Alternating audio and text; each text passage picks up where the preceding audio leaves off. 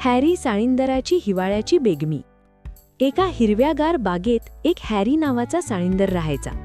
झाडांवर लालबुंद सफरचंदे लागलेली होती.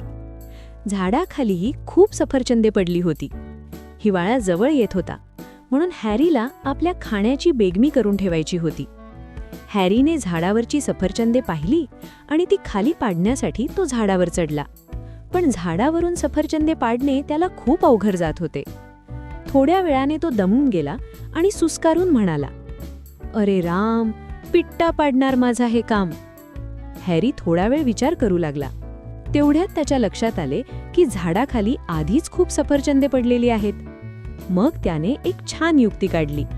हॅरी जमिनीवर गोल फिरू लागला. त्याच्या अंगावर असलेल्या काट्यांमध्ये एक एक करून सफरचंदे अडकू लागली. थोड्याच वेळात त्याच्या पाठीवर खूप सफरचंदे जमा झाली. हॅरी हळूच चालत आपल्या बिळाकडे गेला आणि ती सगळी सफरचंदे सुरक्षित ठेवली. आता त्याची हिवाळ्याची बेगमी तयार झाली होती. हॅरी आनंदाने म्हणाला, "पण जेव्हा तुम्ही वापरता अक्कल, वाचतात तुमचे श्रम बक्कळ."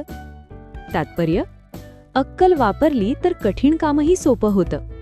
ही हॅरी साळींदराची हिवाळ्याची बेगमी गोष्ट तुम्हाला आवडली असेल तर व्हिडिओला लाईक करा, तुमच्या मित्रांबरोबर शेअर करा आणि अशा छान छान गोष्टी ऐकण्यासाठी आमच्या चॅनलला सबस्क्राईब करायला विसरू नका. पुन्हा भेटूया एका नवीन आणि मजेदार गोष्टीसोबत.